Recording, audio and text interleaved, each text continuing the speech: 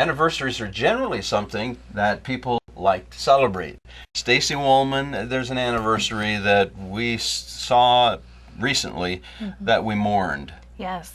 Yeah, January 22nd is the anniversary of Roe v. Wade. 41 years, over 56 million children lost to abortion. My God, that is just almost unspeakable, isn't it? Yes. And something that I'm going to have you share with our listeners right now, Stacy, you've had opportunity to meet personally and visit with somebody that our viewers would find very interesting. Well, it was interesting, the case that actually made abortion legal, the Roe v. Wade case. The Roe in the case is Norma McCorvey.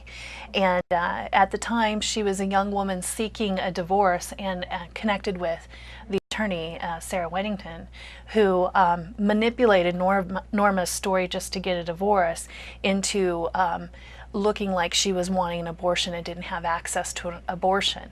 And she was totally manipulated, and it was a lie. And Norma McCorvey, many people don't know, is now a believer, and she trusts God and Jesus as her Savior, and she is adamantly pro-life, and she said she will work the rest of her life to overturn Roe. And several years ago, I want to say maybe about 6 or 7 years ago, both Norma and Sandra Cano, which both of these ladies I've had an opportunity to visit with and get to know, and they're friends on Facebook, which is important, you know. Yes, they're it is. Facebook official. That's right. They both were manipulated, and Sandra Cano's case was making abortion legal all the way up to birth. And so both of these women are working very hard to overturn and do what they can in the trenches to overturn the troubling law of abortion being legal in our country. The interesting thing about their attempt to overturn it was denied at the Supreme Court level, and their attempt was to say that they were manipulated, they were coerced, those kinds of things.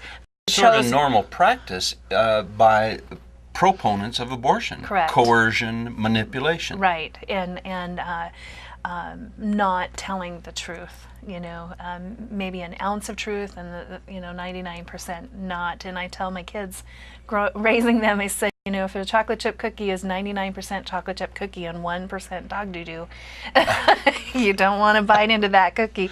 And so we in America for 41 years have had to live with this law that has destroyed so much potential for our country, so many lives with destinies written all over them. And we are suffering now the consequences of that, unfortunately. And it's entrenched in our culture. And people, in fact, the most disappointing thing for me yesterday was to read in the headlines of our president celebrating 41 years of legal abortion in our country, and from the top down, you know, he's the one that represents to the world, and celebrating something like killing life, and yet trying to talk to kindergartners and say you have a bright future. And it's such a contrast. I just can't even get my mind around that. You know, how can you be for killing the unborn and yet making sure school lunches are appropriate for the school lunch for the kids going to school, public schools?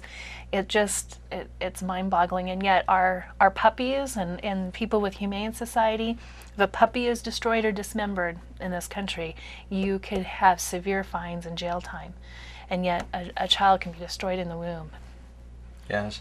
Well, isn't it interesting that while our president celebrated 41 years of the taking of life, innocent unborn life, while our president celebrated that anniversary, the two women very closely manipulated and coerced to get that law on the books to begin with, are giving their lives to promote life and to restore the dignity of human life. Yes. That is worthy of celebration. Yes, that's right. Sorry, Mr. President, you got it all wrong.